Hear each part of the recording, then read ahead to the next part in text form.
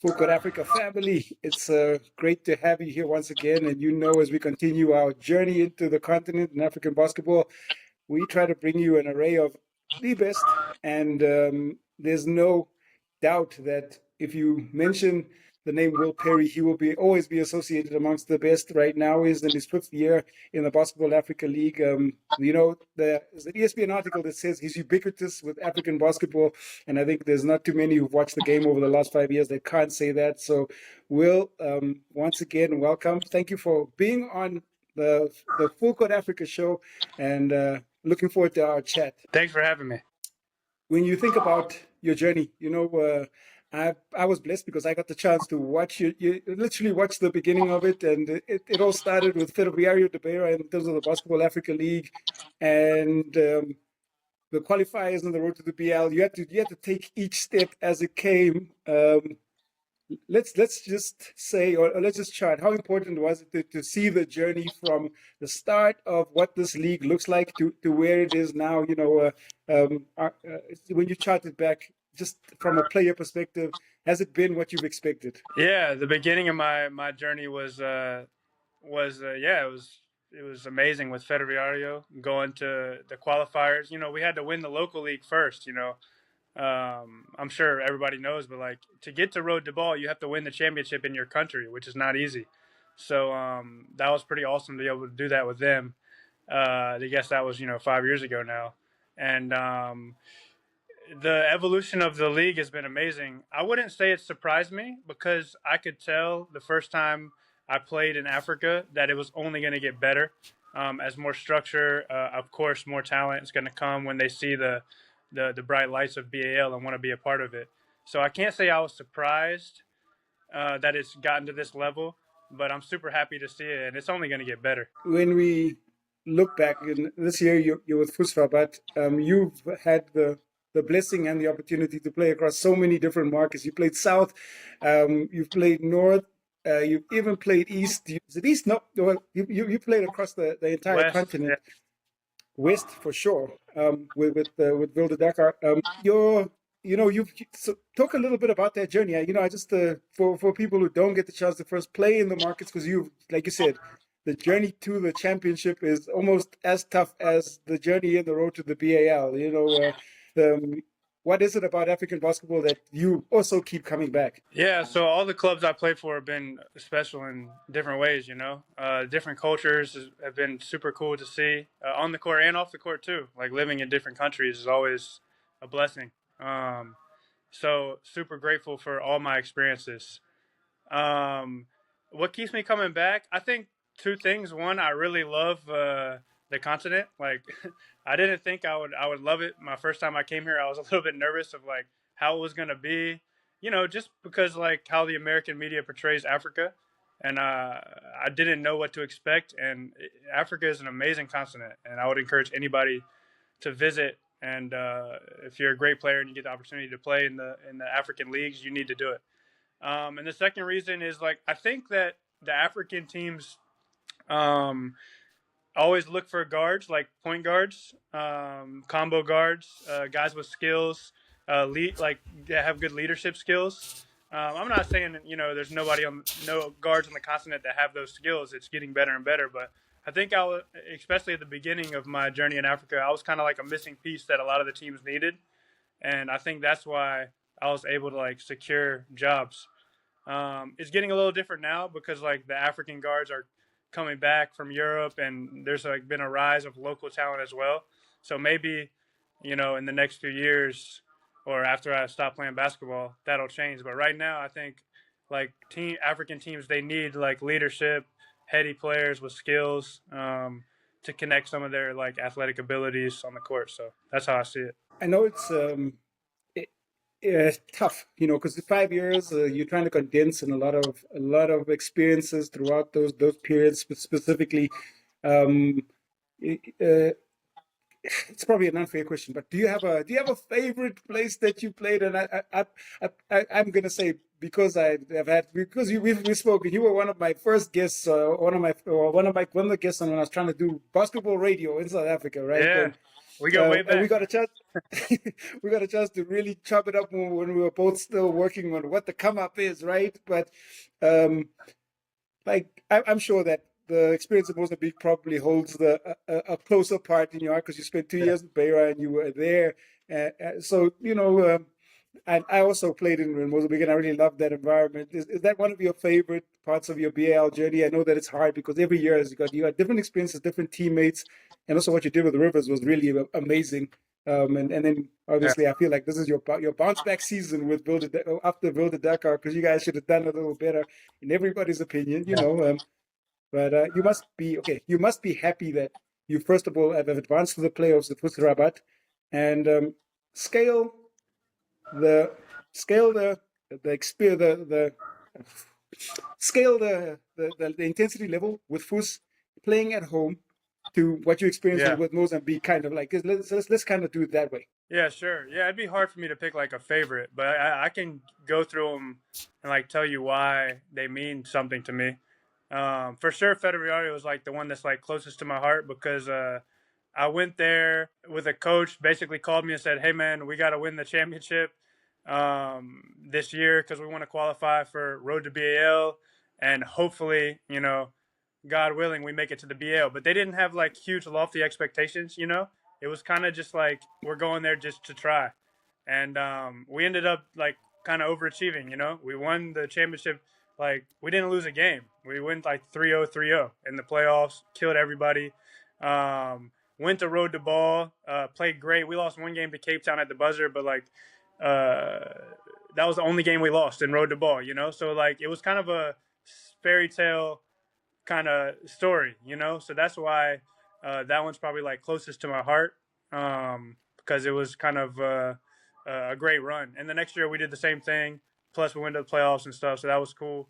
And I had like the record of points and stuff, and like the Mozambique club like really cherished that, kind of put them on the map. And I'm not saying I did it by myself. It was a great team, great coaching, all that, and the club deserves credit. But that one, I hold close to my heart for sure. Yeah, the River Supers, obviously, man, like getting first team all BAL, and we had really successful. So that's the obvious answer of like the most success I had individually and as a team. And yeah, Villa Dakar was disappointing for me, man. Like I loved the Senegal atmosphere and the people and my teammates too. But yeah, it was disappointing. But not every like I was laughing with my buddy the other day. Like not every outing can go the way you want, like it's impossible like every time you get on a team it goes like how you want it to go, you know what I mean? So like I tried to forget about that quick. And this year FUS Rabat like maybe one of the most satisfying uh tournaments, man, because like we lost our starting shooting guard, our starting four, our sixth man basically. And we like fought like, bro, it was tough, man. Like we were super satisfied with our our outing here in Morocco. I'm not saying we were perfect or we were playing great, but all I know is we were fighting, and like that was a super satisfying feeling to like give it your all with all the injuries, and end up going to Kigali. So that's kind of an overview. I don't know if that answered your question as you wanted, but No, you answered it. I mean, really well. Like the loss of Zoita and Haruna, those are two. They're not small names in any club. They're not small names on the continent at all. And so, I can understand the satisfaction that comes with it. But let's go a little bit off the court because two things. Because even if I look now, it says Will Perry Hoops, and people don't know that you're developing an off the court agency. You're taking care of players as well, and you're recently a dad. So how important is that adaptability? It's definitely a central theme throughout career development for players alike and everybody who's involved in the basketball game. But for, this off the court uh, um, advancement and just also helping players navigate the landscape of becoming professionals. Talk to me a bit about that role, and what are you actually doing? So, and again, this is your son is 1 year old. That must have been a yeah, big adjustment as well. yeah.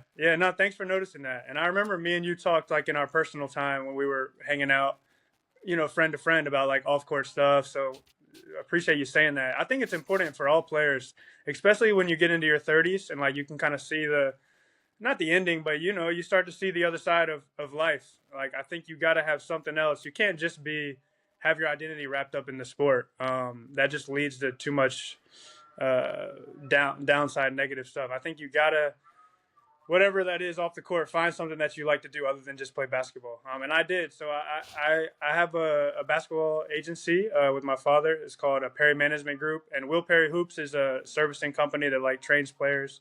So I've been doing that, almost my whole career, training players and doing camps. But just recently we started the agency, man. It's been going good. We're boutique, like we're small. We try not to have too many guys. I think we have like 9 guys, 1 coach. Um, really want to get like into some young African guys because I see a huge future in African players across the continent, and whether that's staying in Africa or going to Europe or the States or whatever.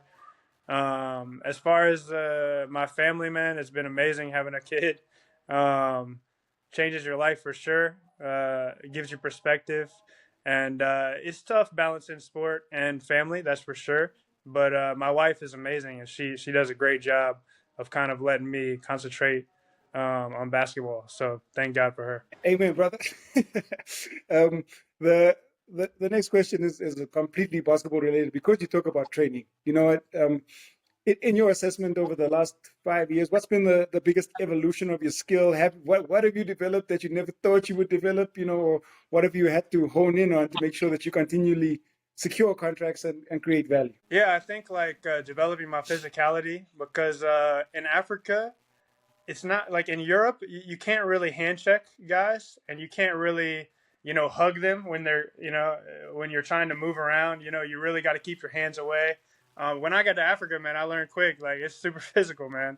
Like you can hug guys, you can put your forearm in their chest all the time. So obviously, like depending on the game and like the team I'm on, so, like you saw the last 3 games in the BAL, like the way they were guarding me. It's essentially like American football, which is fine. I'm not complaining about it, but I had to like really develop my physicality, weight room, try to learn ways to help the team. Like if I didn't have the ball, so I would say those 2 things. Just my physical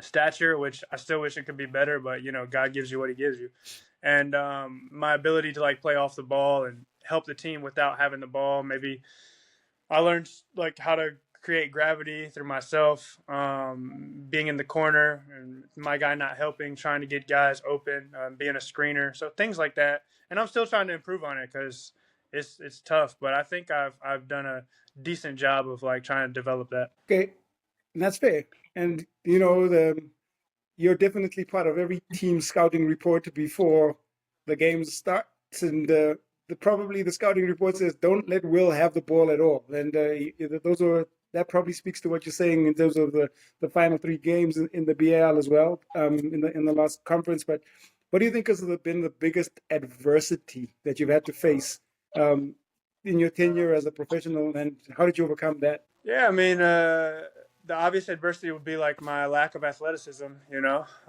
Trying to create ways to help the team despite like a lack of verticality and stuff.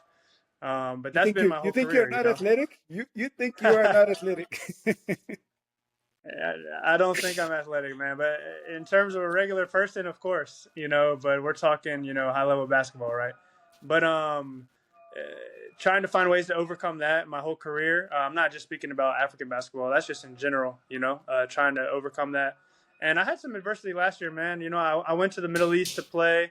I had a family emergency with my wife, and it caused me to leave the team I was on in Dubai. And that hurt because I really wasn't in shape when I got to Senegal, and I kind of had to get in shape really fast within a month and a half. Then I just didn't like how we were playing in Senegal, and some of that was my fault too. I'm not saying it's anybody's fault. I'm saying it was all of our faults. And right after that, I went to Burundi to play the playoffs, and I fractured my shoulder, man. I had a microfracture in my shoulder. So three times in a row, I don't want to say failures, but like, just huge blows to my on court stuff. And so I came to FUS this year. You know, I was basically chilling all summer. Couldn't really train the way I wanted to. Yeah, I even came to FUS a little bit out of shape, and I had to get back into it. And I'm in form now, and I'm happy with how this year's gone with FUS. I'm really, really proud of myself. But that was tough, man. The last year, I'm not gonna lie, I had some stuff pop up that's never happened before because my career has actually been pretty smooth. Like no injuries. Like most of the time, teams I've been on has gone pretty well. Um, and so yeah, this past like year and a half, even before I went to the Middle East, I was in the Rwandese playoffs against APR, and we had a great team. We were playing amazing, and I had my back flared up, man. I had disc issues during the finals. I tried to play through it. I ended up missing one game, but so I guess that's four times in a row where like adversity struck, and I'm happy I got out of that because that was not a fun time. This is important because I think it's probably one of the biggest questions that current players or aspirational players who want to be in the BAL, well, they probably ask you. They probably even hit you up in the DMs, and it is how in shape do you have to be? Because I've said it multiple times, and I continue to say it. The back-to-backs in the BAL are brutal, first of all, but even that short, intense 10 days. Um, if you could give advice to guys who are going to experience it for the first time, you just say, well, this is the kind of shape you need to be in, and this is what you need to prepare for. What would you say? Yeah, I would say nutrition and sleep. It's the key. You need to sleep every night, and you need to eat right and drink water. Sounds cliche, but it's true. And yeah, in Africa, man, like even in the domestic leagues in Africa, the games are too close together. It's just so physical in Africa. Like I think the BAL format is good, but yeah, it'd be nice if they could give a little bit more rest. The road to ball format, in my opinion, is not good. It's too many games in a row, 3 games in a row sometimes.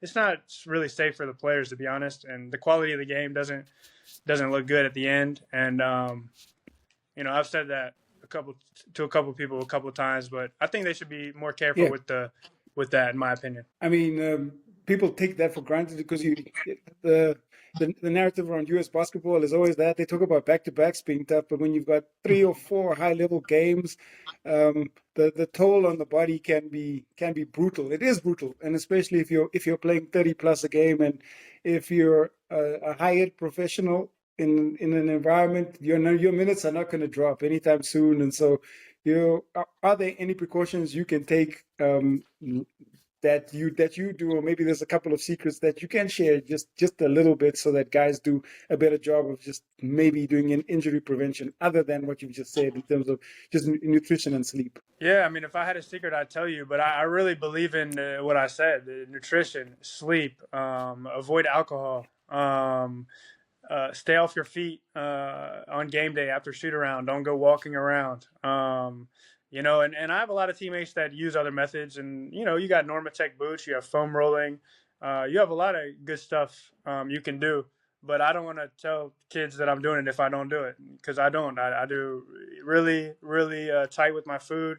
I try to sleep 8 hours a night, and I try to not be stressed out before you go to bed. That's another one. Stress, your cortisol spikes when you're stressed. So if you're going to bed stressed, you won't sleep good. That's another good point. Wonderful. So when you think about quickly, before we're going to go into our quick fire section, and I've got some questions for you that hopefully you'll be able to do. But when you think about this last season, you said how satisfying it is. The is the perception that the level continues to increase and it's becoming more and more difficult on the BAL floor fair. I'll say I can speak as a media guy and even as a former player, but you live it, and you've literally played from qualifiers through to where the BAL is right now in season 6. It's getting tougher and tougher. Is that a fair assessment? Yeah, it's tougher and tougher. Yeah, the league gets better and better every year. But again, it's like I don't know. It's not surprising, If somebody's like, "Man, the league is getting so hard," like I wouldn't say it like that. It's more like, "Man, better players are coming to play, and teams are used to the level now." So they know how to invest. They know how to get the guys to play in the way that you need to win here in Africa. Coaches know the league better, so it's the NBA when it first started was was probably tough to watch, but now it's one of the most amazing, pieces of sport you can watch. Same with the Euro League, Champions League, and all that. So yeah, the BAL is getting better and better, man. It's, of course, just like anything. What do you think is a recipe for success to get to a BAL championship? What is required, not only from a player perspective, but just from organization and everything? Yeah, I think you have to have money. You got to have money because you got to have at least 3 or 4 really high level players, which costs money. And then if you have money, you need structure, man. You need to play, put the pieces in the right place, and that's the coach and the management. You need to put the players in the right position to succeed. You need a good training staff because of what we just talked about. If you neglect like nutrition for the players, or sleep, or scheduling, or the players have an issue and you don't fix it, that can cost you, because the BL, it's like still a tournament style. One bad day can cost you. The best team doesn't win the BL every year. Just be honest. It's you got to be hot at the right time. Everybody's got to be healthy and rolling, and because if you lose one game in the playoff, you're pretty much done. So it's more like a college style, or like a EuroLeague Final Four. You know what I mean? So the training staff is super important. The management, trying to make sure the players are good at the hotel. And yeah, I guess that would be the recipe. The format change going into where you guys are going now, and 2 game series, that does help a little bit. It's a little bit more forgiving. Are you a fan of that? Because this is, you can see, and this is what I believe, is that we're going to head into more games in the playoff, which are gonna allow coaches to actually do what coaches do, and that's make adjustments. We saw that it has a big impact in the BAL regular season when you got the home and away games. Are you a fan of the direction that the playoffs are heading, other than the knockout Final Four? But that's NCAA, and you know that well enough. Yeah, I think it's smart. I think it's smart to do what they're doing. Again, I'd still like to see it try to expand into like a 3 game series in the playoffs. I think that just if you're one of the best teams, you'd actually you'd like to see series, right? You wouldn't want to have just a 1 game, because then that a little bit less talented team could get you on one night. That happens all the time, right? So if you're one of the top teams, the big dogs, and you got a lot of talent, you'd want it to be a series, or you'd want to be this aggregate score that we're about to play. But if you're a team with a little bit less talent, a little bit less money maybe, then you love the knockout, because you could get hot and anything can happen. But yeah, coming from like an outside perspective, I like the direction it's going. I think they got to keep trying to make it more balanced and more fair for the top teams. That's my opinion. Okay, before we get into quickfire, this is one more question. This one's a little philosophical, but also I think it's a good question. When you look back and your career is done, what would you have liked to have accomplished? And I think that's it. What would you have liked to accomplish that you would have said, I've done everything that I've wanted to do as a basketball player? To be honest, like if my career ended tomorrow, I would be happy, man, because I started like from a Division II school. I started in the 3rd division of Spain, making no money. Like, I really am one of those stories that like just took step by step by step, and then I made like a name for myself. After 5-6 years, it took a long time. So I'm really proud of myself, to be honest. Now, if you want to say like, what do you want to do before you retire? I think like winning a BL championship would be amazing. And like, since I've been in Africa for like 4 or 5 years, and that's kind of where I've made my name. There'd be nothing better than to like be able to say I was a champion before I'm done. Now it's gonna be tough, but I'm gonna try my best. So yeah, I'll say like winning that BAL championship would be sweet. And I've won a few like domestic league championships, and there's no better feeling than that. It's really, really a sweet feeling. But man, I'm so happy with how it's gone, bro.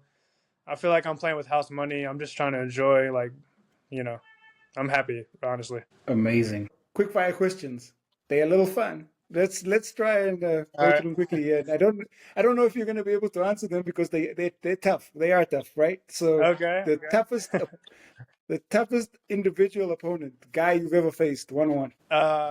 And we're talking real game, or like in a park because I played some NBA guys, but You I'll can say do real both. game. You can do both if you want to. You can literally say both. I'm gonna say real game because I've played some NBA guys and been like, holy crap, this guy's amazing. But that was in pickup and stuff, and obviously you play a couple NBA guys in Africa too. But Isaiah Miller from APR 2 years ago in the finals was the hardest guy for me to guard, and I was playing him hurt, but even if I was 100% healthy, still he was good, man. Yeah, pity he got injured. I was really looking forward to seeing him make his debut in the BAL because I saw what he did in the RBL regular season, and he was amazing. And Incredible player, yeah. incredible Okay. player.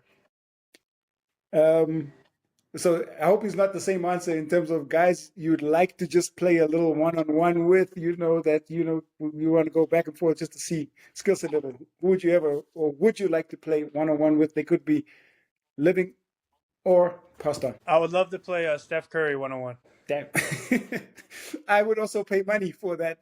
It'd be amazing to try to play him. Your favorite venue to play in? Because I think it gets even tougher now because your career, you're 31 years old, fam, and you've been around. So is there a favorite venue, or you can name a top Senegal's three? arena. The Senegal arena that we played the BL in. I don't know why I can't think of the name off the top of my head. But yeah, incredible arena. I love Rwanda's arena, and I love Overent in Portugal. Their arena is amazing. I played there for 2 years, and I loved it. You've got the blessing of being able to team up with so many guys. Is there any guy before your career closes out that you would ideally like to team up with? Oh, and maybe I should go favorite teammate, but this is a polarizing question, so you can also opt out.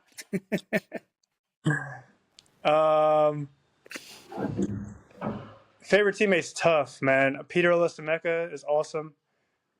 My current teammate Haruna, I like playing with. Jermel Kennedy, because he's one of my best friends off the court too. I'd probably put him number one. Not that I don't love to play him on the court with him on the court too. It's amazing, but off the court we're like best friends, so he's got to be number one. Player who I'd like to play with, that's tough. I'll pass. I can't. That's too tough. All right. And then your one word to define your game. Dangerous. I agree. There's no one more dangerous on the continent with the ball in hand. And that's a great place for us. No, there's plenty of more dangerous guys than me. But I appreciate you saying. I still think I'm dangerous, but there's a lot more dangerous guys than me. But I'm dangerous too. So we've had a whole interview where you've literally said that in the scouting report there might be don't let Will Perry have that ball in his hand, right? So, Will, thank you so much again for your time. You're going to have an interesting time in Kigali. I think it's going to be a great series. I'm going to wish you and FUS Rabat all the best, and I look forward to catching up with you out there. But appreciate you coming on to Full Court Africa and sharing, your experiences, your knowledge, and I look forward to many more opportunities to just engage with you. Thanks a lot.